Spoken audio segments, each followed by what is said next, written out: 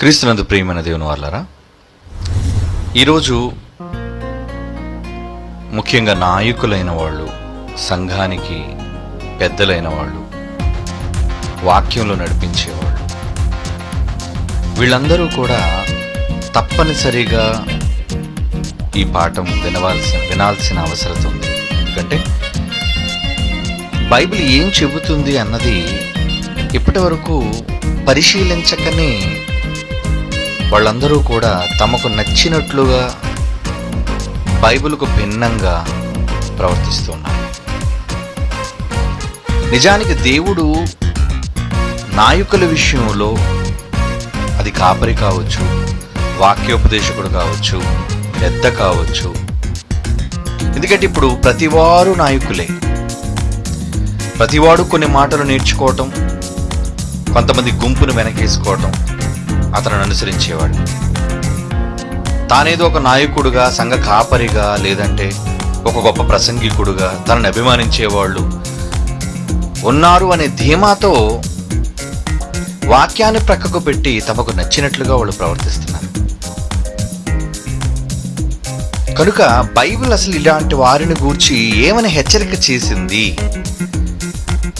దేవునికి వారి పట్ల అభిప్రాయం ఎటువంటిది, దేవుడు వారికి ఏర్పాటు చేసిన విధులు ఎటువంటివి అనేది నాయకులైన మిగిలిన వాళ్లతో పాటు బైబిల్ ఓపెన్ యూనివర్సిటీ ఇంటర్నేషనల్లో సేవకులుగా పనిచేస్తున్న వాళ్ళు కోఆర్డినేటర్లు కానివ్వండి, ప్రిన్సిపల్స్ కానివ్వండి,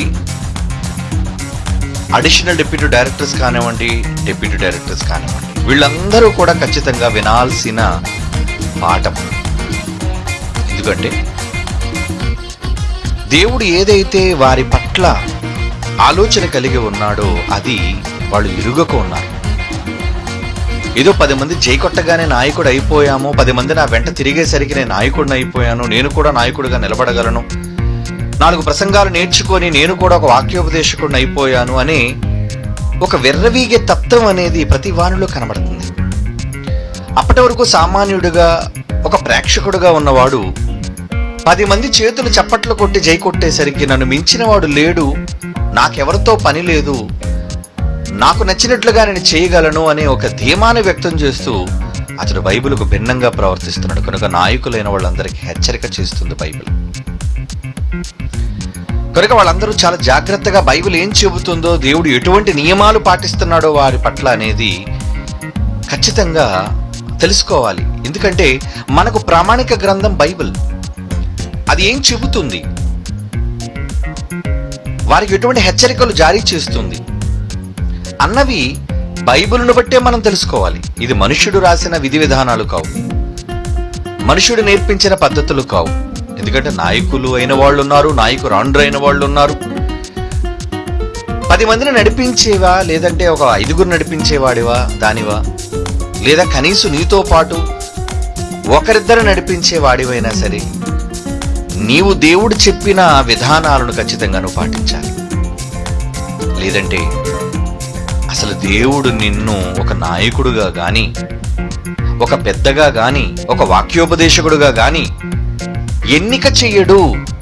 మనుషులు ఎన్నిక చేస్తే మీకు ఉపయోగం ఉంది చెప్పండి? మనుషులు ఎన్నుకోవటం వల్ల మీకు ఏ ప్రయోజనమూ లేదు. కానీ దేవుడు ఎన్నుకోవటం వలన మాత్రమే మీకు ప్రయోజనం అనేది ఉంటుంది. కాబట్టి బైబిల్ ఏం చెప్తుందో అన్నది ఒకసారి మనం బైబిల్లోనికి వెళ్ళి చూద్దాం. లూకా రాసిన సువార్త 12వ అధ్యాయం 42వ వచనాన్ని చూడండి. లూకా రాసిన సువార్త 12వ అధ్యాయం 42వ వచనం. ప్రభువు ఇట్లనెను, తగిన కాలమున ప్రతి వానికి ఆహారము పెట్టుటకు యజమానుడు తన ఇంటి వారి మీద నియమించునట్టి నమ్మకమైన బుద్ధిగల గృహ నిర్వాహకుడు ఎవడు? గృహ నిర్వాహకుడు అంటే ఏదోనండి, గృహ నిర్వాహకుడు అంటే అదే పెద్ద పోస్ట్ కాదు అని మీరు అనుకుంటున్నారా? అది ఎంత పెద్ద బాధ్యతో ఈ పాఠం వింటే మీకు అర్థమవుతుంది. గృహ నిర్వాహకత్వము అంటే అది దేవుడు ఏర్పాటు చేయబడిన పోస్ట్. అది మనుషులు ఇచ్చిన పోస్టులు కావవి.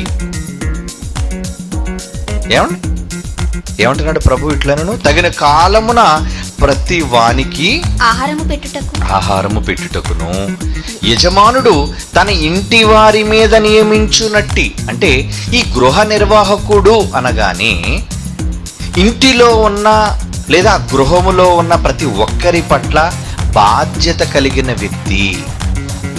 తగిన కాలమున వారికి ఆహారం, టోటల్ హౌస్ అడ్మినిస్ట్రేషన్, ఆ ఇంటి యొక్క సర్వ బాధ్యతలు ఆయనవే.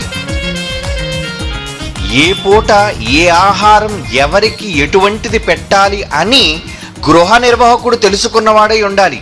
వాడు నమ్మకమైన వాడై, వాడు బుద్ధి కలిగిన వాడై ఉండాలి. గృహ నిర్వాహకుడు అనగానే గృహాన్ని నిర్వహించేవాడు, హౌస్ అడ్మినిస్ట్రేటర్. ఏమండి? ఇంటిని నియంత్రించేవాడు, ఇంటి సకల బాధ్యతలను స్వీకరించి నడిపించేవాడు అని అర్థం. ఎవరికి ఏ ఆహారం కావాలి అన్నది కూడా యజమానుడు అపాయింట్ చేశాడే ఆ గృహ నిర్వాహకుడు, ఆయనకు తెలియాలి. ఒక ఉదాహరణ చెప్తాను మీకు. ప్రకృతిలో ఎన్నో లక్షల జీవరాశులు ఉన్నాయి. అన్నిటికీ ఒకే విధమైన ఆహారం కాదండి. చేపకొక ఆహారం, పక్షికొక ఆహారం, పురుగుకొక ఆహారం, జంతువుకొక ఆహారం. మళ్ళా జంతువులన్నిటికీ ఒకే రకమైన ఆహారం కాదు. ఎన్ని రకాలైన ఆహారాలు వాటి జాతి ప్రకారంగా ఈరోజు ప్రకృతిలో ఎవరు పోషిస్తున్నారు? ప్రభుత్వాల. మనుషులకు తిండి పెట్టడానికే దిక్కు లేదు ఈ ప్రభుత్వాలకి. ఇక జంతువులు చూసుకోమంటే వాళ్ళు చూసుకుంటారా? అందుకే చూడండి, జంతువులను ఒకవేళ నిజంగా వాళ్ళు జూలోకి తీసుకొచ్చి వాళ్ళు ఉంచినా, ఏమంటే నేషనల్ పార్క్స్ లోకి వాళ్ళు తీసుకొచ్చి పెట్టినా, అవి తిండి లేక బక్క చిక్కి జబ్బులతో ఎండిపోయి చచ్చిపోతుంటేవి.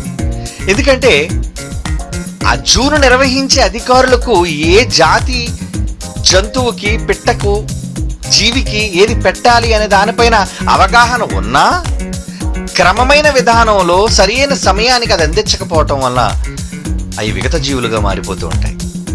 ప్రియులారా, మరి దేవుడు ఎంత పెద్ద నిర్వాహకుడో మీరు ఆలోచించండి. ఈ భూమి అనే ఈ గ్రహాన్ని, దీనిపైన ఎన్ని లక్షల జీవరాశులు ఉన్నాయో వాటన్నిటికీ ఆహారాన్ని వాటి కాలంలో పెడుతున్నాడు అంటే ఏంటండి ఆయన యొక్క ప్రణాళిక? ఒక్కడుగా ఉండి దేనికి ఏది కావాలో అన్నది ఆయన తెలుసుకున్నాడు కూడా. ఆ సమయానుకూలంగా వాటికి అందిస్తున్నాడు. అందుకే చూడండి, నిజంగా అడవులలో, అరణ్యాల్లో తిరిగే మృగాలు ఎంత ఆరోగ్యంగా ఉంటాయండి. మన ఇంట్లో పెంచుకునేవేమో ఎండిపోతుంటాయి, కానీ బయట దేవుడు పెంచేవి చాలా పుష్టిదాయకంగా ఉంటాయి. అంటే గృహ నిర్వాహకుడుగా, యజమానిగా నీకు తెలుసు, నమ్మకమైన వాళ్ళని పెట్టాడు. వాళ్ళకి ఏంటి, వాటికి ఏం అందించాలో అన్నది ఆయనకు తెలుసు. దేవుడే సకల జీవరాశులకు వాటికి అవసరమైన ఆహారాన్ని పెడుతున్నప్పుడు దేవుడు కూడా తన ఇంటి పైన గృహ నిర్వాహకునిగా కొందరిని నియమిస్తున్నాడు. దేవుడు నియమించడం అంటే చిన్న విషయం కాదు. నీకు నువ్వు పోస్ట్ పెట్టేసుకోవడం కాదు. ఈరోజు చాలా మంది భూమి మీద ఉన్న 99% ఈ క్యాండిడేట్లే సెల్ఫ్ డబ్బా కొట్టుకొని, సెల్ఫ్ పోస్టులు తగిలించేసుకొని, ఎవడు వీడికి అధికారం ఇవ్వలేదు, వీడి అధికారం తీసేసుకుంటాడు. నువ్వు గృహ నిర్వాహకుడువా? దేవుడు నీకు అప్పచెప్పాడా? పోనా నువ్వు తీసుకున్నావు, నువ్వు సక్రమంగా దాన్ని నిర్వహించగలుగుతున్నావా? చూసారా? కనుక ఇక్కడ ఏమంటున్నాడంటే తగిన కాలమున అంటున్నాడు. చూడండి, ఏ కాలంలో పెట్టాలి? చంటి పిల్లడు ఉన్నాడు అనుకోండి, ఎప్పుడు పడితే వాడికి అన్నం పెట్టేస్తారా? కాదు. తల్లికి తెలుసు ఏ సమయాన్ని వాడికి పాలు ఇవ్వాలి, ఏ సమయాన్ని వాడికి ఫారెక్స్ పెట్టాలి, ఏ సమయాన్ని వాడికి నీళ్లు తాగించాలి, ఆమెకు తెలుసు. నిన్ను నన్ను అప్పచెప్తే ఏది పడితే అది పెట్టేసి బిడ్డ అనారోగ్యానికి కారణం అయిపోతాం మనం.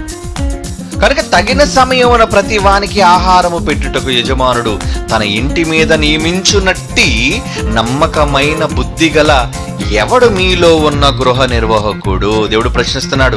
ఈ రోజున నిర్వాహకుడు, గృహ నిర్వాహకుడు అనగానే పాస్టర్ అనుకోపోవచ్చు, నాకు గృహ నిర్వాహకత్వం సంబంధం లేదని, నేను ఓన్లీ వాక్యోపదేశకుడు అన్నో. ఇప్పుడు నేను చెప్పిన వాళ్ళందరూ ఆ జాబితా కింద వస్తారు. వాళ్ళలో సంఘ కాపరులు ఉన్నారు, సంఘ పెద్దలు ఉన్నారు, సంఘ నాయకులు ఉన్నారు, వాక్యోపదేశకులు ఉన్నారు, లీడర్స్ ఉన్నారు. అది టీం లీడర్స్. ప్రతివాడు వెనకాతల గ్రూపులు వెంట పెట్టుకోవడం, ఏమండి, వాడంటూ ఒక ప్రసంగికుడిగా చలామణి అవ్వడం, వాడికంటూ కొంతమంది ఫాలోవర్స్ని పెట్టుకోవడం. మరి వాళ్ళందరికీ వీడే నాయకుడు. వాడు తప్పు చెప్పినా వాడు చెప్పిందే సై అంటారు వాళ్ళు. ఇలాంటి గ్రూపులు లేవా? ఇలాంటి నాయకులు లేరా? అబ్బో, ఎందరో నాయకులకు మనకు కొరదలేదు, కూకొల్లలు వాళ్ళు. ఎవడు ఇంతకీ దేవుడు నియమించాలి, అపాయింటెడ్ బై గాడ్. ఏమంటే డిజిగ్నేషన్ అనేది చాలా పెద్దది. అంటే దేవుడే అపాయింట్ చేయాలా? మరి అపోస్తలత్వాన్ని దేవుడిచ్చాడు ఎవరికి? అపోస్తలుడైన పౌలుకి. మనుషులు ఇచ్చింది కాదు. అందుకే ఏ మనుష్యుని వలనైనను, గలతీ పత్రిక 1వ అధ్యాయం 1వ వచనం, నాకు లైట్ ఆపండి నాన్న.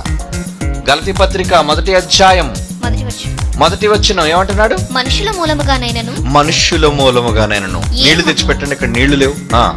ఏ మనుషుల వలనైనను కాక, మనుష్యుని వలనైనను, ఏ మనుష్యుని వలనైనను కాక, యేసుక్రీస్తు వలనను, ఆయనను మృతుల్లో నుండి లేపి తండ్రి అయిన దేవుని వలనను, ఆయనను మృతుల్లో నుండి లేపిన తండ్రి అయిన దేవుని వలనను అపోస్తలుడుగా నియమింపబడిన వాడను నేను. పౌలను నేను. ఎవరనుకుంటున్నారు నన్ను? దేవుడే నియామకం చేసిన వ్యక్తిని నేను. కనుక ఈరోజు నాయకులను పిలువబడుతున్న వాళ్ళు ఎవరైతే ఉన్నారో, ఎవరు అప్పగిచ్చారు నీకు నాయకత్వాన్ని? నిజంగా నువ్వు దేవుని చేత నియమింపబడిన నాయకుడు అయితే నీకున్న లక్షణాలు ఏంటి? నువ్వు నమ్మకమైన గృహ నిర్వాహకుడువా? గృహం అంటే ఏమనుకుంటున్నావు? ఇల్లు అనుకుంటున్నావా? కట్టడం అనుకుంటున్నావా? దేవుని గృహమైన ఆయన సమాజాన్ని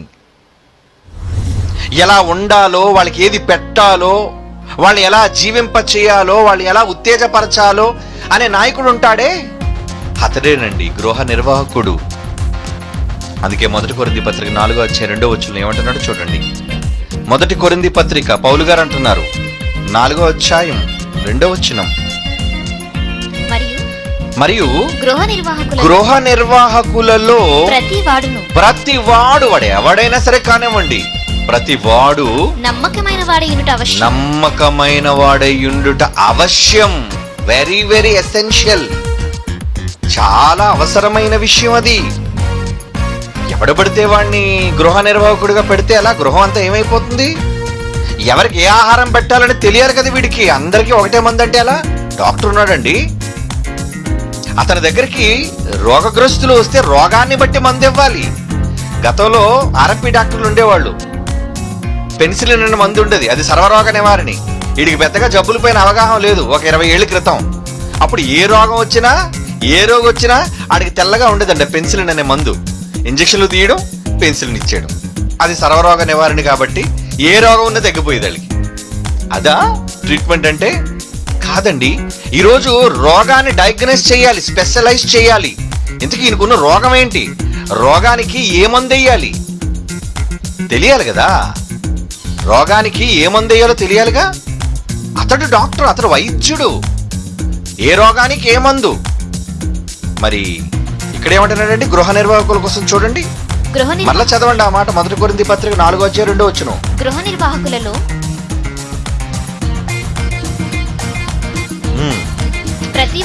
గృహ నిర్వాహకులలో ప్రతివాడు నమ్మకమైన వాడయుండుట అవశ్యం.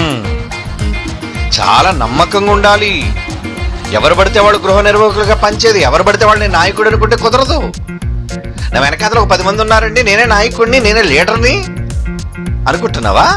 లేదా వెనకాతలో ఒక 5,000 మంది ఉన్నారండి, నేను గొప్ప లీడర్ని అనుకుంటున్నావా? దేవుడు చెబుతాడు, అందుకే హెచ్చరిక చేస్తున్నాడు. ఎవడు గృహ నిర్వాహకుడు?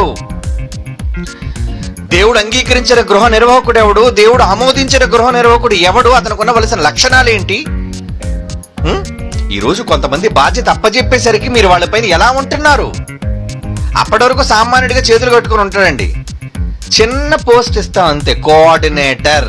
చిన్న కొమ్ము వస్తుంది పైనకి కోఆర్డినేటర్కి. ఎందుకు వచ్చింది కొమ్ము? అధికారి, నా కింద కొంతమంది ఉన్నారు, వీళ్ళందరి పెత్తనం నాదే. ప్రిన్సిపల్, ఇంకొక చిన్న కొమ్ము, కొంచెం కొమ్ము పెద్ద అయింది. ఏమండి ఎలా ఉంటున్నారు? మిమ్మల్ని నమ్ముకొని దేవుని వాక్యాన్ని మీ నుంచి వినాలని ఆశపడుతున్న అమాయకులైన ప్రజలకు మీరు ఏమి నేర్పిస్తున్నారు? ఏం సూచనలు ఇస్తున్నారు? దేవుడు కోరుకున్న లక్షణాలు నిజంగా మీలో ఉన్నాయా? లేవండి, లేవు.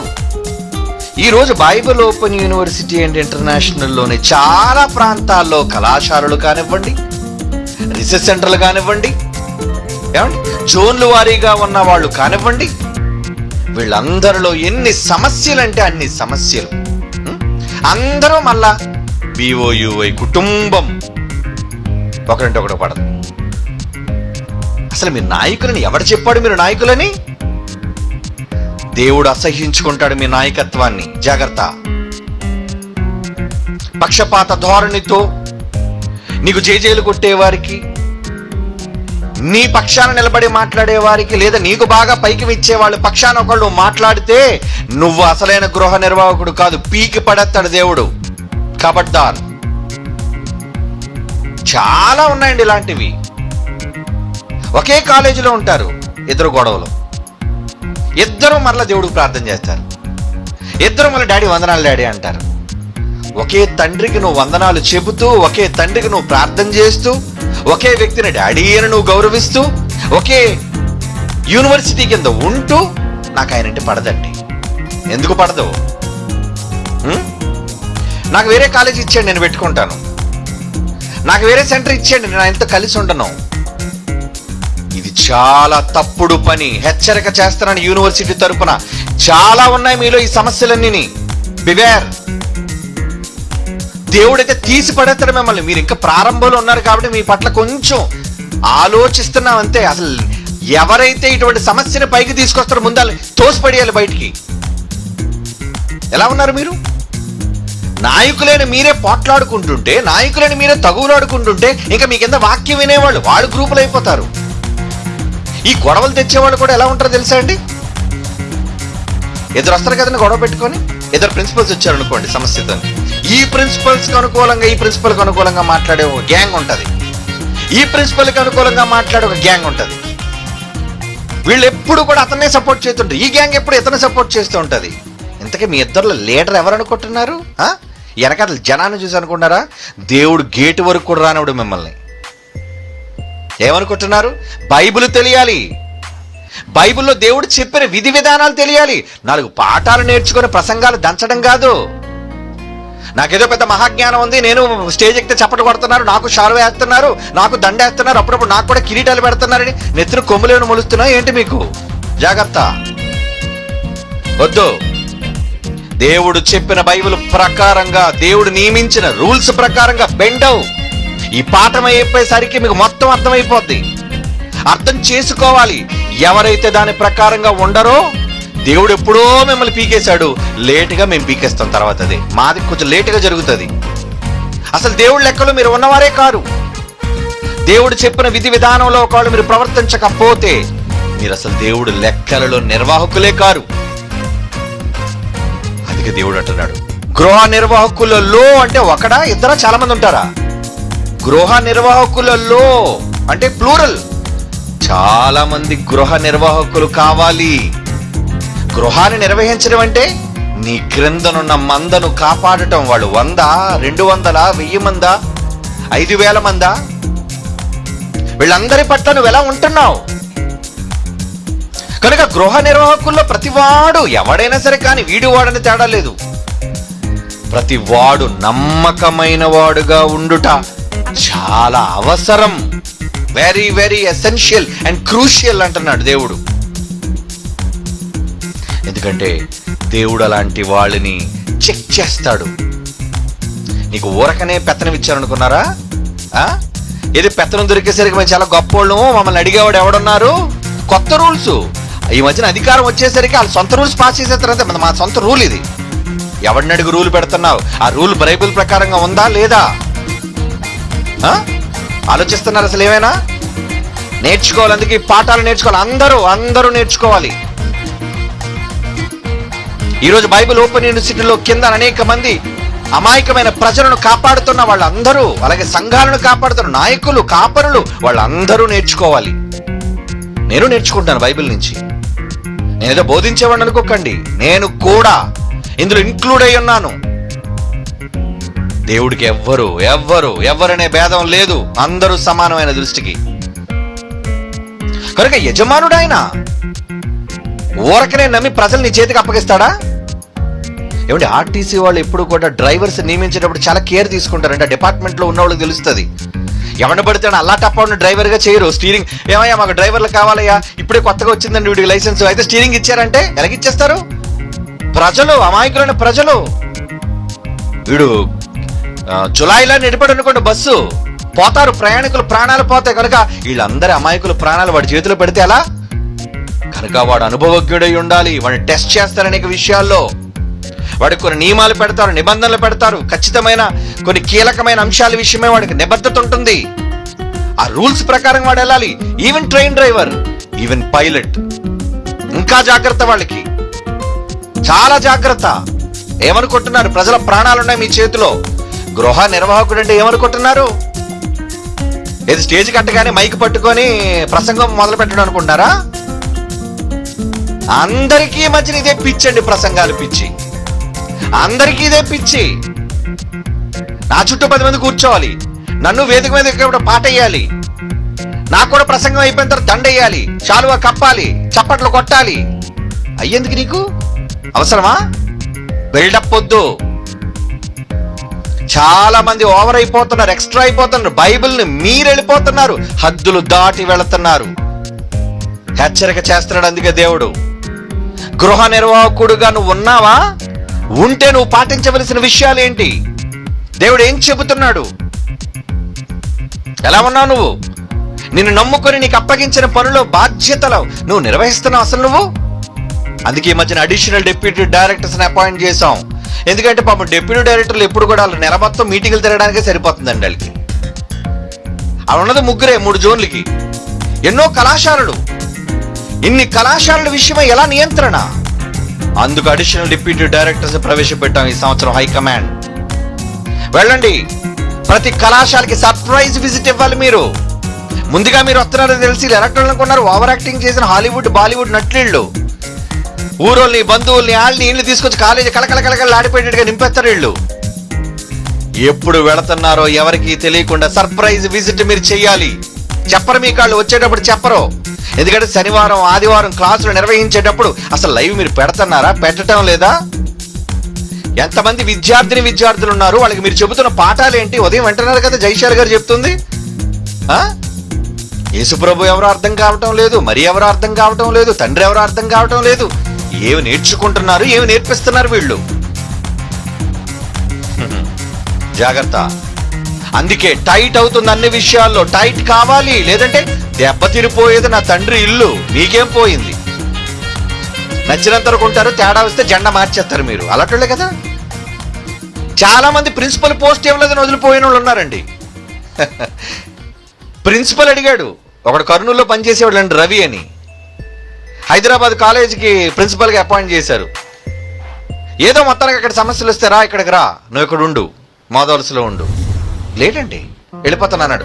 సరే పోను వెళ్ళిపో, నీకేవో ఇబ్బందులు ఉన్నాయి, ఫ్యామిలీ ట్రబుల్స్. నా కర్నూలులో మళ్ళీ కళాశాల కావాలి. ఇవ్వడం కుదరదు, ఎందుకంటే కర్నూలులో కళాశాల ఉంది ఆల్రెడీ. 2 ప్రిన్సిపల్స్ ఉన్నారు అక్కడ. ఇవ్వలేదన్నందుకు విడిచిపెట్టి పోయాడండి. ఎక్స్ పార్టీలోకి దూకేశాడు. వాళ్ళ ఎక్స్ పార్టీ కాదులేండి, వాళ్ళేం మాకు సమబుద్ధి కాదు. మహాపర్వతం దగ్గర చిన్ని గులకరాళ్ళు అంటున్నాళ్ళు. అంటే కేవలం నీకు పదవి ఇవ్వలేదని ఉద్దేశంతో నువ్వు పోయావు అంటే, ఇలాంటి వాడికి అమాయకమైన గొర్రెలను ప్రజల్ని ఇస్తే వాళ్ళు ఏమైపోతారు? వాళ్ళకి ఏం తెలియదు కదా. ప్రజలు అమాయకులండి, వినే మీరు అమాయకులు. ఏది చెప్తే అది వింటారు. మాస్టర్ ఏ పాట నేర్పిస్తే అది నేర్చుకుంటారు. అది కేకరకాయ నేర్పించాడు అనుకోండి, మీరు కేకరకాయనే నేర్చుకుంటారు. కనుక ముందు మాస్టర్ జ్ఞానం ఉండాలి, వాడికి తెలివి ఉండాలి, వాడికి బుద్ధి ఉండాలి, వాడికి బైబుల్ రావాలి. ఎవడు పడితే వాడలా? ఎక్కడో నిన్ను తీసుకొచ్చి ఒక కళాశాల నీకు అప్పగించి ఒక బాధ్యతను పెట్టారు అంటే నువ్వు ఎలా ఉండాలి దాని విషయంలో. పదవు లేదని చెప్పి నువ్వు దేవుడి పని మానేస్తావా? విడిచిపెట్టి పోతావా దేవుని సంఘాన్ని? ఉన్నారు అలాంటి వాళ్ళు, ఉన్నారండి. దేవుడు గృహ నిర్వాహకుడైన ప్రతి వాడిని మానిటర్ చేస్తున్నాడు. మీరేమనుకుంటున్నారు? మానిటరింగ్ అంటే చూస్తున్నాడు, ప్రతి వాడిని పరీక్షిస్తున్నాడు. లోకాసువార్త 12వ అధ్యాయం ఇందా 42 కథను చదివారు, 43, 44, 45 చదవండి. ఆ సందర్భాన్ని చదవండి, మీకు అర్థమవుతుంది. ఏమంటున్నాడు అక్కడ? ఎవని ప్రభువు వచ్చి వాడు అలాగు చేయుచుండుట కనుగొనును. ఆ దాసుడు ధన్యుడు. ఆయన సర్ప్రైజ్ విజిట్ కి వచ్చేసరికి నిజంగా నువ్వు నమ్మకమైన సేవకుడిగా ఒకళ్ళ పని చేసే కష్టపడుతున్న నిర్వాహకుడు అయితే నువ్వు ధన్యుడు అయ్యా. ఆ దాసుడు ధన్యుడు. అతడు తనకు కలిగిన దాని అంతటి మీద వానిని ఉంచిన. Very good my son, very good. నువ్వు చాలా బాగా పనిచేస్తున్నావు, నా పిల్లల్ని చక్కగా నడిపిస్తున్నావు నాయన. ఇదిగో నాకున్నదంతటి మీద నువ్వు అధికారిగా ఉండని అప్పగిస్తాడండి యజమాని. అయితే ఆ దాసుడు నా యజమానుడు వచ్చుటకు ఆలస్యము చేయుచున్నాడని, యజమానుడు టైం ఇంకా రావడానికి చాలా టైం ఉంది, 1 year వరకు రానన్నాడు తన మనసులో అనుకొని దాసులను దాసీలను కొట్టి తిని త్రాగి మత్తుగా ఒకవేళ ఉంటే అంటే ఇష్టానుసారంగా చేస్తున్నాడు అన్నమాట. వాడికి నచ్చినట్టు చేస్తున్నాడు అంతే. అలా చేస్తున్నప్పుడు ఏమన్నాడు? వాడు ఊహించని దినములో ఎరుగని గడియలో ఆ దాసుని యజమానుడు వచ్చి వారిని ముద్దు పెట్టుకొని సన్మానించి గౌరవించి అని చెప్పట్లేదు అక్కడ. ఏమంటున్నాడు? కఠినమైన మాట నరికించి నరికేస్తాడు ఆయన, నరికేస్తాడు. ఇలాగే రాయించాడు. ఎందుకు రాయించాడు? అమాయకులని జీవితాలతో తప్పుడు త్రోవ నడిపిస్తున్నావు. వాక్యంలో ఓ నవహాలు రావండి. ఆడు ప్రసంగికుడు, ఆడు చెప్పే మాటలని అమాయకమైన గొర్రెలు బలే బలే బలే బలే. వీళ్ళంతా మెంటల్ గ్యాంగ్. ఇదంతానా? వీళ్ళకి తెలియదు కదండి, సత్యం తెలీదు. వాడి నాయకుడు ఏదంటే అదే. బైబుల్ తెలియని అమాయకులని ప్రజలను తన వెంట వేసుకొని వాడికి నచ్చినట్టు ప్రవర్తిస్తున్నాడటండి. ఎలాటండి? దాసులను దాసీలను కొడతాడట. తిని త్రాగి మత్తుగా అంటే బొత్తిగా పనిని విస్మరించాడు, నచ్చినట్టు చేస్తున్నాడు అనమాట. నన్ను అడిగేది ఎవడని అందరినీ తన పనుల కోసం వాడుకుంటున్నాడు అన్నమాట వాడు. అలాంటప్పుడు యజమానుడు వచ్చి ఏం చేస్తాడట? వాడు కనిపెట్టని 46వ వచనం, వాడు కనిపెట్టని దినములలో ఎరుగని గడియలోను ఆ దాసుని యజమానుడు వచ్చి వారిని నరికించి అపనమ్మకస్తులతో వానికి పాలు నియమించిన. రే, మీరంతా అపనమ్మకస్తుల గ్యాంగరా మీది, నమ్మకం లేని గ్యాంగరా మీదంతా. వద్దు, మీలాంటి గ్యాంగ్ నాకొద్దు, నరికేస్తాను మిమ్మల్ని. నిజంగా మీకు అప్పగింపబడిన విధులు బాధ్యతల పట్ల మీరు సక్రమంగా లేకపోతే నరికేస్తాడు యజమాని. తన యజమాని చిత్తము ఇదని నీకు తెలిసింది కదా. ఇప్పుడు మన యజమాని నరికేస్తాడా?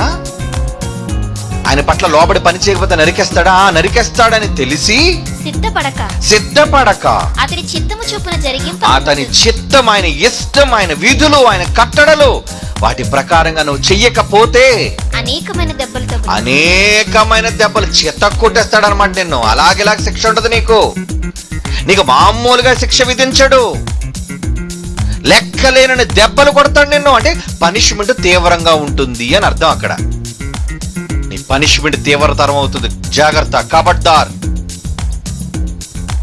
దేవుడు ముందుగా హెచ్చరిక చేస్తున్నాడు నీకు. గృహ నిర్వాహకుడు అంటే ఇంటి మీద అధికారం అండి, ఇది పెద్ద విషయం ఏంటండి?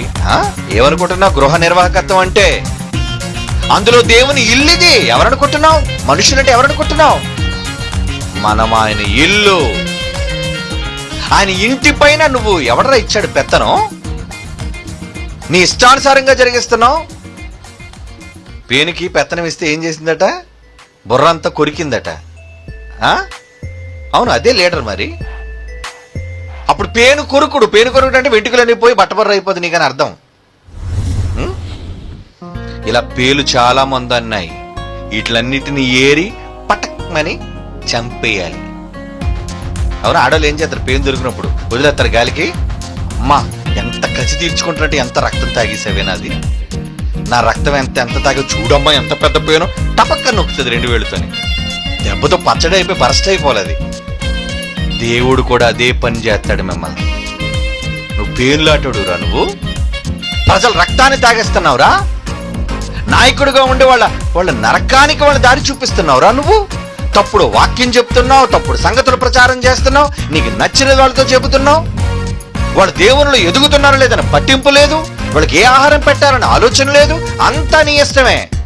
నేను చెప్పినంత వరకు ఎవడో ఏం చేయడానికి వీల్లేదు. పెద్దలు అయిపోయారండి వీళ్ళంతా, ఒక్కొక్కడు బిగ్ బాస్లు అయిపోయారు. నేను చెప్పిందే వినాలి. పిల్లలు అప్పుడప్పుడు మాకు కంప్లైంట్ ఇస్తారు, ఏమండి మా ప్రిన్సిపల్ చాలా ఇబ్బంది పెడుతున్నాడండి మమ్మల్ని. ఏం చేస్తున్నాడు ఆయన? అమ్మ ఏం చేస్తున్నాడు? ఏం చెప్పమంటారయ్యా? నాతో చెప్పకుండా ఒక అడుగు కూడా వేయడానికి వీల్లేదు. అడుగు కూడా వేయకూడదా? వేస్తారు, నువ్వు చెప్పినట్టు వేస్తారు. నిజంగా వాళ్ళని క్రమంగా సక్రమంగా నువ్వు నడిపించగలుగుతున్నావా? నాయకుడైన వారు ప్రజలను దేవునికి అనుకూలంగా మలిచి వాళ్ళు బాధపడకుండా, నిష్ఠురపడకుండా వాళ్ళని సక్రమమైన మార్గంలో ప్రేమతో నడిపించు. మందకి ఎలా ఉండాలి? నువ్వు మందని అప్పగించాలి, నువ్వు ఎలా ఉండాలి? మందని విషయమే బాధపడకూడదు. ఏంటండి ఇలా నియంత్రణ చేస్తున్నాడు మమ్మల్ని? ప్రతిదానికి ఏంటండి హద్దులు గీసేస్తున్నాడు, ప్రతిదానికి ఏంటంటే గీతలు గీస్తున్నాడు, ప్రతిదానికి రూల్స్ ఎక్కువైపోయండి ఈయన దగ్గర. అది బైబిల్ ప్రకారమైన రూల్ అయి ఉండాలి, నీ సొంత రూల్ కాదు. నీకు నాయకుడు అయిపోయినా సరే నీకు నచ్చిన కొత్త రూల్ పెడుతున్నావా బైబిల్ కాకుండా? పేతురు రాసిన మొదటి పత్రిక చూడండి, 5వ అధ్యాయం 2వ వచనం. పేతురు రాసిన మొదటి పత్రిక 5వ అధ్యాయం 2వ వచనం. బలిమి చేత కాక, బలిమి బలవంతంగా కాకుండా దేవుని చిత్త ప్రకారము, దేవుని చిత్త ప్రకారము ఇష్టపూర్వకముగా, దుర్లాభాపేక్షతో కాక, దుర్లాభాన్ని అపేక్షించే మనస్సుతో కాకుండా సిద్ధ మనస్సుతోను, మంచి మనస్సుతో నీ మధ్యనున్న దేవుని మందను, నీ మధ్యనున్న దేవుని మందను పై విచారణ చేయించు. పై విచారణ చెయ్యండి. ఎలా ఉన్నారు వీళ్ళంతా? బాగున్నారా లేదా? దాన్ని కాయండి. మీకు అప్పగింపబడిన వారి పైన మీరు ఎలా ఉంటున్నారు? ప్రభువులైనట్టు బిగ్ బాస్ అయిపోతున్నాడు ఒక్కొక్కడు. బిగ్ బాస్ ఎవడరా పెట్టాడు బాస్ గా నిన్ను? ఒరే బోస్ గారా, ఒరే బోస్ గాడు నువ్వు ఎవడరా బాస్ గా పెట్టాడు నువ్వు? అంతేనండి, ఎవడుకు నచ్చినట్టండి గజ గజ గజ గజలు ఆడిపోతున్నారు. అప్పుడప్పుడు చూడండి సంఘాలు, ఏమండి మా పాస్టర్ గారు తెలిస్తే ఒప్పుకోరండి. ఎందుకంత భయం? అంత కంట్రోల్ చేస్తున్నాడు అనమాట వాడు. ఏమండి మా ప్రిన్సిపల్ గారు చూస్తే ఒప్పుకోరండి. ఏమండి మా ప్రిన్సిపల్ గారు తెలిస్తే మమ్మల్ని కోప్పడతారండి. ఎందుకు? చదవండి మరలా ఈ మాట. ప్రిన్సిపల్స్ అందరూ కూడా ముందల ప్రసంగం చేసి ఎదురుగుండా ఈ వాక్యం రాసుకోవాలి. వాక్యోపదేశకులు కానివ్వండి, నాయకులు కానివ్వండి, వాళ్ళందరూ ఎదురుగుండా ముందు ఈ బంగారు వాక్యం ఉండాలి.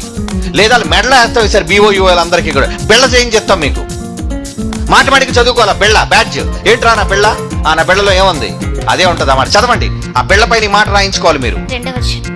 2వ వచనం. బలిమి చేత బలవంతంగా కాకు, దేవుని చిత్త ప్రకారం ఇష్టపూర్వకముగాను దుర్లాభాపేక్షతో కాక, అనవసరమైన లాభాలతోనే అపేక్షించకుండా సిద్ధ మనసుతోను, మంచి మనస్సుతో మీ మధ్య ఉన్న దేవుని మందను పై విచారణ చేయుచు దాన్ని కాయండి.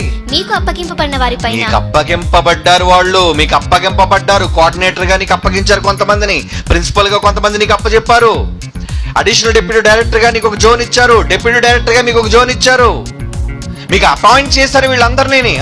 మీకు అప్పగింపబడిన వారి పైన ప్రభువులు ఒక్కొక్క రాజు అయిపోయి కూర్చున్నాడండి. కొంతమంది అయితే బయట వణికిపోతున్నారు. ఏమయ్యా అంటే ఆయన చెప్పనివ్వట్లేదండి మమ్మల్ని, ఏ విషయాన్ని చెప్పనివ్వట్లేదు. డైరెక్ట్ గా వచ్చి చెప్పండి మాకు. ఎవడైనా ఈసారి మిమ్మల్ని అణిచివేస్తున్నాడని తెలిసినా, చెప్పొద్దని ఎవడైనా భయపెట్టినా డైరెక్ట్ గా మీకు వచ్చి చెప్పండి. మాకు లెటర్ పెట్టండి, వీడిలా ప్రవర్తిస్తున్నాడని యాక్షన్ తీసుకుంటుంది యూనివర్సిటీ వాడి పైన. బయట సంఘాలు ఎలాగలే వాళ్ళందరూ దాసులు అయిపోయారు ఇప్పుడు, గొర్రె పిల్లలు అందరూ. ఎందుకంటే ఒప్పుకోడు, చెప్పించేస్తాడు, శాపాలు ఇచ్చేస్తారు మొత్తం అందరికీ. ఉన్నారు ఇలాంటి నాయకులు. నిజంగా ఒక సభ పెడితే ఒక సంఘం నుంచి రావడానికి భయంతో వస్తున్నారు. ఏమంటే ఎక్కడ మా అయ్యగారు చూసి మా అయ్యగారికి ఈ మీటింగ్కి వచ్చామో తెలిసిపోద్దేమోనండి అని. ఏం బయట సంఘాల వాళ్ళు అలాగున్నారని చెప్పి ఈరోజు మీరెలా తయారవుతున్నారు? గ్రూపిజం, గ్రూపులు కట్టేవాడిని నరికేస్తాడు దేవుడు. ఒక్కొక్కడికి ఒక్కొక్క గ్రూప్, ప్రతి ఊర్లో వీడికంటే ఒక గ్రూప్, ఆ గ్రూపులన్నిటికీ బాస్. సరే చూడండి, కొంతమంది కొన్ని గ్రూపులో ఉన్నారండి, ఎప్పుడు వీళ్ళు వాళ్ళనే పిలుస్తారండి. మిగతా వాళ్ళు మీరు పిల్లరా? నోట్ చేస్తుంది యూనివర్సిటీ. అది కూడా ఎప్పుడు చూసినా మీకు ఈయనే కనబడుతున్నాడా పెళ్ళడానికి? మిగతా వాళ్ళు ఎంతమంది ప్రిన్సిపల్స్ ఉన్నారు, ఎంతమంది డిప్యూటీ డైరెక్టర్లు ఉన్నారు, ఎంతమంది నాయకులు ఉన్నారు, ఎంతమంది మంచి వాక్యోపదేశకులు ఉన్నారు, వీళ్ళెవ్వరిని పిలకుండా మాటి మాటికి వీడిని ఎందుకు పిలుస్తున్నావు అంటే వాడితో నీకేదో అక్రమ సంబంధం ఉందన్నమాట. బైబిల్ చెప్పింది అదే. వాడికి నీకేముందంటే అక్రమమైన సంబంధం. బండకేసి నరుకుతాడు దేవుడు, జాగ్రత్త. నరకడం బైబిల్ ఓపెన్ యూనివర్సిటీ కూడా ఆరంభిస్తుంది, జాగ్రత్త. బైబిల్కి ఎవడు లోబడకపోయినా నరికి పడేయడమే, బయట తీసేయాన్ని. బైబిల్ అంటే గౌరవం లేదు, దేవుడు వాక్యం అంటే గౌరవం లేదు. కొన్ని సందర్భాల్లో పోస్టర్లు పంపిస్తుంటారు కదండి, గ్రూప్ లో పంపిస్తుంటారు. ఎప్పుడు చూడండి ఈ ప్రాంతం వాళ్ళు అతన్నే పిలిపిస్తుంటారండి. ఆహ్వానించేవారు సో అండ్ సో, ముఖ్య వాక్యోపదేశకుడు వాడే ఉంటాడు. మొదటి నెల వాడే, 2వ నెల వాడే, 3వ నెల వాడే, 6వ నెల వాడే, 12 నెలలు వాడే, 5 సంవత్సరాలు వాడే వాడే వాడే వాడే. ఏ ఓవర్ అయిపోతున్నారు మీరు అందరూ కూడా. అంటే మందకు మీరు మాదిరిగా లేరన్నమాట. బాసులు అయిపోయారు ఒక్కొక్కడు. కంట్రోల్. ఈడెక్కడ ఉంటాడు, ఎక్కడి నుంచో కంట్రోల్ చేస్తుంటాడు. ప్రజలారా, అమాయకులైన దేవుని పిల్లలారా, మీరు మేల్కోండి. ఇలాంటి మిమ్మల్ని అణిచివేసే కార్యక్రమాలు ఎవడు చేసినా, ఎనీబడి, యూనివర్సిటీకి కంప్లైంట్ పెట్టండి. ఇప్పటివరకు మా వరకు ఏ విషయాలు రానివ్వట్లేదు, వీళ్ళు నొక్కుపడేస్తున్నారండి. వద్దండి వద్దండి, డాడీ వరకు అన్ని విషయాలు. డాడీ వరకు వద్దులండి, మేము ఉన్నాగా, తీసుకురండి. ఈ మధ్య మొత్తం నరకడం ఆరంభమైంది. సమస్యలన్నీ బయటకు వస్తున్నాయి, ఎక్కడికక్కడ ఖండన, అంత పక్షపాతం, అంత స్వయం ఉపాధి కోసం ఆలోచన, ఇటువంటి తయారైపోయండి. వద్దారా అమాయకులారా, దేవుని పిల్లలారా, మీ పైన నాయకులుగా దేవుడు అపాయింట్ చేసి నమ్మకమైన వాళ్ళకి గృహ నిర్వాహకత్వం అప్పగించమన్నాడు. ఈ దొంగలు ఒకళ్ళు మిమ్మల్ని ఏలుతుంటే మీరు చెప్పండి మాకు. వాళ్ళు వాక్య ప్రకారంగా చేయకపోతే మందలిస్తాం. నీకేదో వ్యక్తిగత కక్షని కంప్లైంట్ ఇవ్వడం కాదు, అవి స్వీకరించం. అసలు వ్యక్తిగత కక్ష నీకు ఎందుకు ఉండాలి? నువ్వు దేవుని వాక్యాన్ని తెలుసుకుంటే బైబిల్లో ఉన్న ప్రధాన సూత్రం నీ శత్రువును ప్రేమించు అన్నాడు. నీ సహోదరుని ఎందుకురా ప్రేమించలేకపోతున్నావు? నువ్వు శత్రువునే ప్రేమించమన్న మెయిన్ బేస్ బైబిల్లో ఒక ఫార్ములా ఉన్నప్పుడు ఈ ఫార్ములా నీకు ఎప్పలే అవ్వదురా? అవదు. ఈడికి అవ్వదు. నేను కలవనంతే, నేను ఉండనంతే. నువ్వెవడో, నువ్వెంత? బైబిల్లోని మూలాలను దెబ్బతీస్తున్నారు. అసలు మీరు పరలోకానికి వెళ్ళరా? ఏమనుకుంటున్నారు? ఏది ఇక్కడ చెల్లుబాటు అయిపోతుంది అనుకుంటున్నారా? చస్తే పరలోకానికి వెళ్ళరు. అంతకన్నా పెద్ద శిక్ష ఏముంది చెప్పండి? నరకానికి పోయే కన్నా పెద్ద శిక్ష ఏముంది చెప్పండి? వద్దు. ఆ శిక్ష మీరు తప్పించుకోవాలని చెబుతున్నాను. హెచ్చరిక మాటలు బైబిల్వి. ఏం జైశాల్ గారు ఉదయం ఎందుకు ఖండిస్తున్నారు? ఆయన చిన్న తప్పు జరిగిన వాక్య ప్రకారంగా భిన్నంగా ఎవడు మాట్లాడినా వాడు చిన్నోడైనా సరే, విద్యార్థి అయినా సరే చెప్పాలి. అలాంటి అభిప్రాయాలు చాలా మందిలో ఉంటాయి. మరి అవన్నీ కడగొద్దా? అవన్నీ చెప్పొద్దా? చెప్పాలి. గృహ నిర్వాహకుడు అంటే ఏమనుకుంటున్నారు? నరికేస్తానంటున్నాడు. అందుకే దేవుడికి కావలసింది నమ్మకమైన వాళ్ళండి. చూస్తారు, ఒక నమ్మకమైన చూపించమంటారా? చూపిస్తాను, చూడండి. హెబ్రీయులకు రాసిన పత్రిక తీయండి. హెబ్రీయులకు రాసిన పత్రిక 3వ అధ్యాయం. హెబ్రీయులకు రాసిన పత్రిక 3వ అధ్యాయం 1వ వచనం నుంచి చూద్దాం. హెబ్రీ పత్రిక 3వ అధ్యాయం 1-2 వచనాలు. ఇందువలన పరలోక సంబంధమైన పిలుపు ఉంది. పిలుపులో పాలు పొందిన ఆ పిలుపులో పాలు పొందిన పరిశుద్ధ సహోదరులారా, మనము ఒప్పుకొనిన దానికి అపోస్తలుడును ప్రధాన యాజకుడైన యేసు పైన ధ్యాస పెట్టండి అంటున్నాడండి. సంఘంతో యేసు పైన ధ్యాస పెట్టండి. దేవుని ఇల్లంతటిలో మోషే నమ్మకముగా ఉండినట్లు ఈయన కూడా తన్ను నియమించిన వానికి నమ్మకముగా ఉండెను. ఎలా ఉన్నాడంటే దేవుని ఇల్లంతటిలో ఆ రోజు మోషే అటండి నెంబర్ 1 అండి. ఎంత మంచుడండి.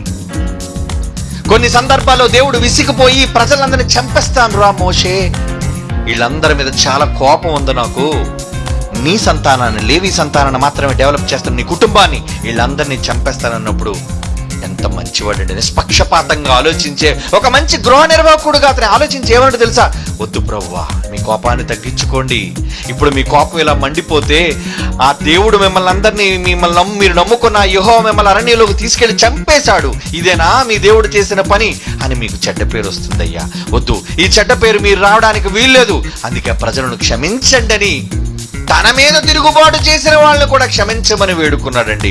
మంచి నాయకుడు కదా. ఇప్పుడు కానీ ఎవరైనా ప్రజలు తిరుగుబాటు చేశారనుకోండి, అంతేనండి, తెలిసిపోద్ది ఈడు నన్ను నా మీద ఇడు తిరుగుబాటు చేశాడు, అంతేనండి, ప్రసంగం అందుకుంటాడండి. ఇంక రోజు ఆడికే ప్రసంగం. ఇది ఒకటి ధైర్యమైంది. సంఘంలో నిలబడి వాక్యం చెప్పినప్పుడు అల్లా బాణం దెబ్బలు దెబ్బలు దెబ్బలు పొడి చేయడమే. ఏరా ఇదేనా నేర్చుకున్నా నువ్వు? అలాగైతే మోషే ఎన్నిసార్లు ఇశ్రాయేలు పొడి చేయాలరా నాయకుడు అయినందుకు? దేవుడు ఒక్క అవకాశం ఇచ్చినందుకు అమ్మ వెధవల్లారా ఎంత ఇబ్బంది పెట్టారా, సరైన టైం దొరికిందిరా, దేవుడే వరం ఇచ్చాడు. చంపేమంటావా, చంపేస్తాను మోషే అంటే ఏమనాలి, ఆహా మహాప్రభు ఎన్నాళ్ళకి ఈ మాట కోసం ఎదురు చూస్తున్నాను, తక్షణమే ఇదిగో పలానా గోత్రం వీడు వీడు వీడు వీడు అప్పచెప్పాడా? చేయలేదండి. అది గృహ నిర్వాహకుడు అంటే. అది వాళ్ళందరినీ మంచి మార్గాన్ని నడిపించడం కోసం దేవుడి దగ్గర క్షమాపణ వేడుకొని, వాళ్ళకి తెగులు వస్తే మధ్య నిలబడిపోతున్నాడు, వాళ్ళకి బాధ వస్తే మధ్య దేవుడి మీద పడిపోతున్నాడు, ఏమొచ్చినా దేవుడి దగ్గరికి వెళ్ళి వాళ్ళ కోసం ప్రార్థన చేస్తున్నాడండి. అందుకే అంటున్నాడు మోషే దేవుని ఇల్లంతటిలో నమ్మకముగా ఉండినట్లు. ఎంత నమ్మకం అండి అలాంటి. అందుకే మోషే ఇస్ ద రియల్ లీడర్. మోషే అంటే ఒక మంచి గృహ నిర్వాహకుడు. ఆయన ఎవరనుకుంటున్నావు? మోషే ఎవరనుకుంటున్నావయ్యా? గృహ నిర్వాహకుడు. గృహ నిర్వాహకుడు ఉండవలసిన పని ఏంటి? నమ్మకమైన వాడై ఉండాలి. అంతేకాని డబ్బులు నొక్కేసేవాడే ఉండకూడదు, అవునా?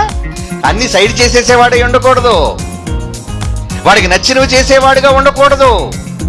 ఎలా ఉండాలి? ఎలా ఉండాలండి? గృహ నిర్వాహకుడైన వాడు ఎలా ఉండాలండి?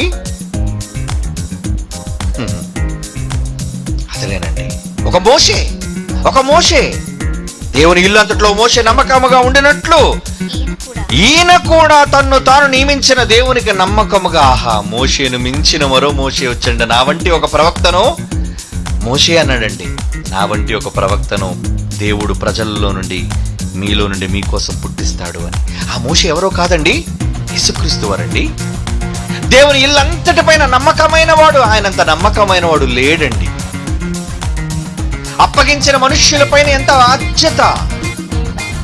ఆయనకి లేదా కోపం, ఆయనకి లేదా ఆవేశం, కానీ మనుష్యులందరి కోసం శత్రువులను సైతం ప్రేమించి వాళ్ళని కాపాడాలను అని ఆశపడే ఆయన తత్వం చూడండి. గృహ నిర్వాహకుడు అంటే అలా ఉండాలండి, నిష్పక్షపాతంగా. అంతేగాని ఎవడో నీ మాట కాదన్నాడని కాడి మీద ప్రసంగం చేస్తావా? ఎవడో నేను ఎదిరించాడని ఇంకెప్పుడు వాడిని టార్గెట్ గా పెడతావా నువ్వు? ఈరోజు కళాశాలలో కూడా అటువంటి ప్రసంగాలు ఎక్కువ అవుతున్నాయని వినవచ్చింది యూనివర్సిటీ. జాగ్రత్త. మనుష్యుల మీద ప్రసంగాలు చేస్తున్నారట. మనుషుల మీదే? బైబిల్ పైన దేవుని యొక్క మాటలు అనేకమైనవి రాయబడి ఉన్నాయి. అవన్నీ చెప్పు, వాళ్ళు సరి చేసుకునే విధంగా చెప్పు.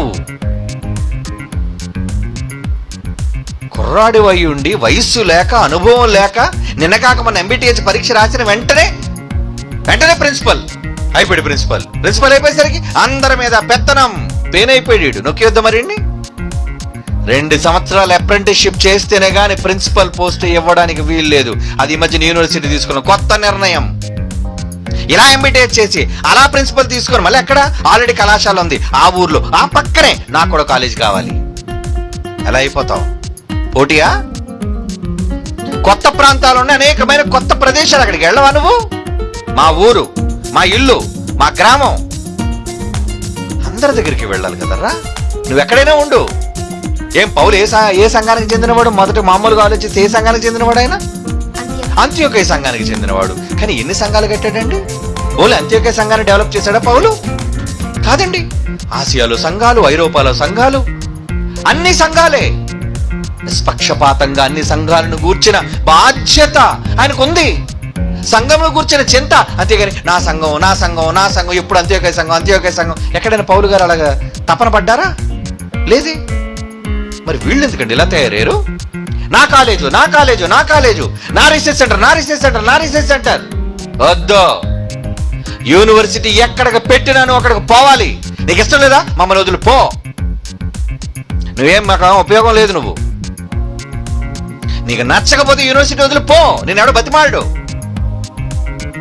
నాకు ఇక్కడే కావాలంటావేంటి?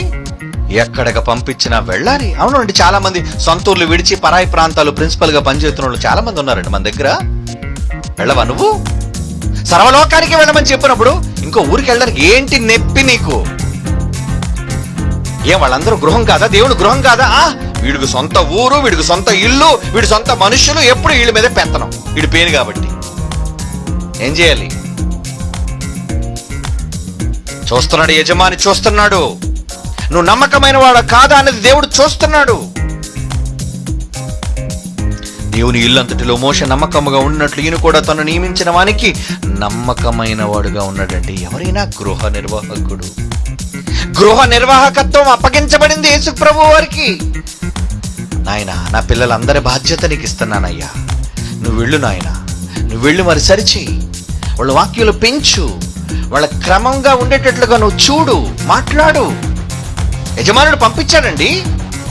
గృహాన్ని నిర్వహించడానికి యజమాని ఆయన నియమించాడు. బాధ్యత, ప్రజల పైన బాధ్యత. ఎలా ఉన్నావు? రాజుగా ఉన్నావా?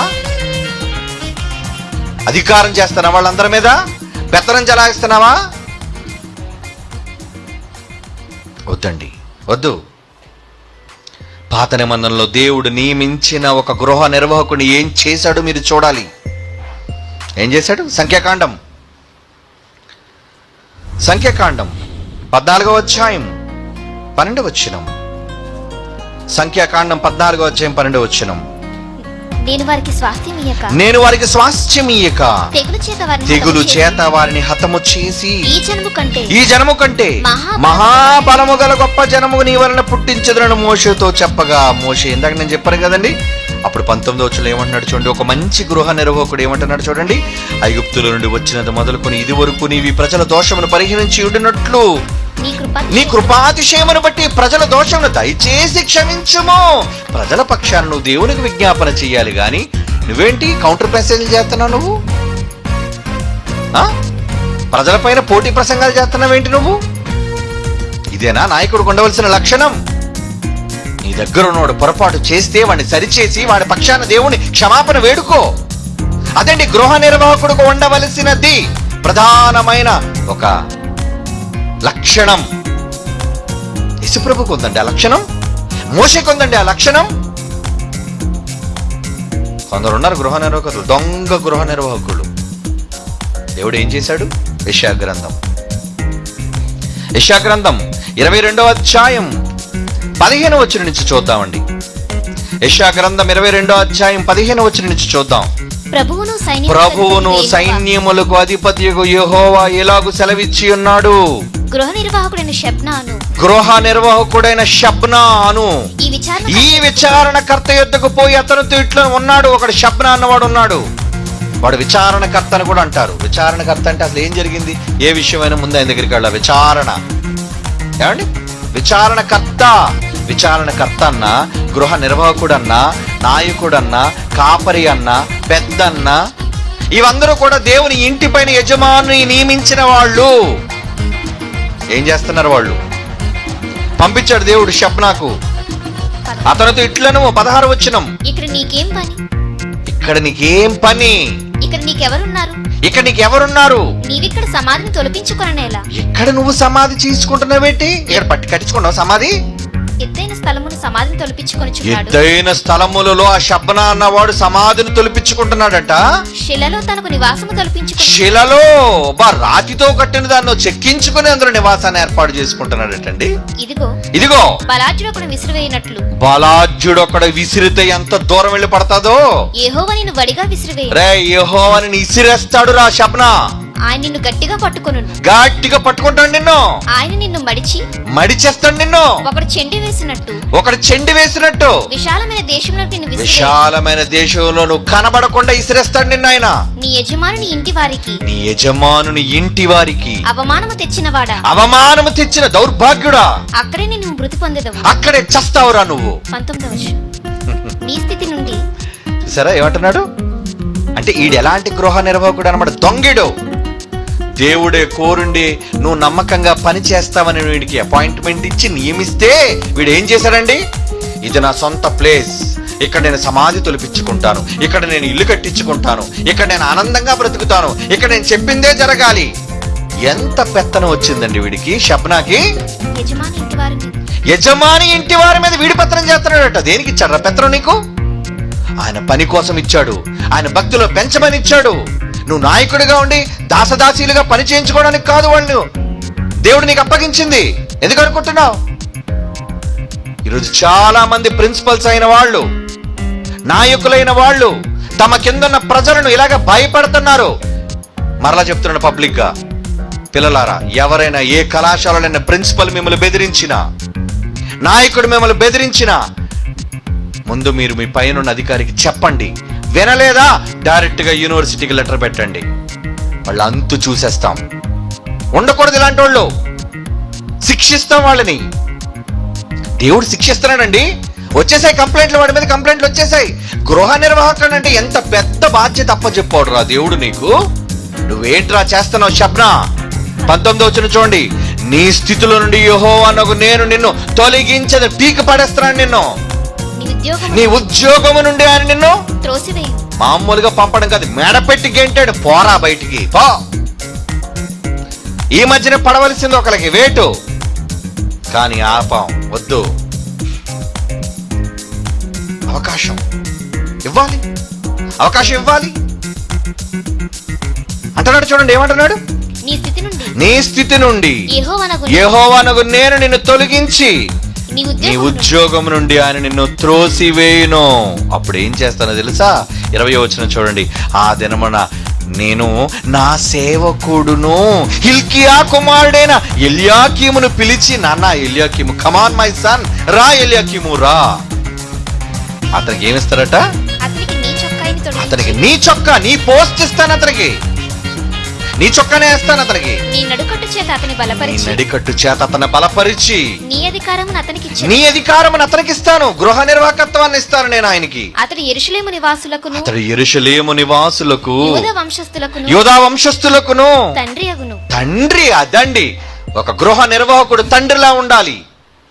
ప్రతిదానికి తండ్రి చంపేస్తాడు, పిల్లల్ని గద్దిస్తాడండి, బాగు చేస్తాడండి, తన వైపు మలుచుకుంటాడండి. అది తండ్రి ప్రేమండి. నువ్వేంటి నాయకుడి వైపు ఓవర్ అయిపోతున్నావు?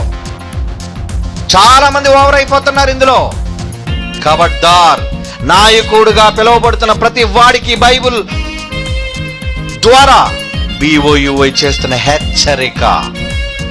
టైం అయిపోయింది. To be continued. నెక్స్ట్ రెండో భాగం, రెండో డోస్ మీకు ఇస్తాను.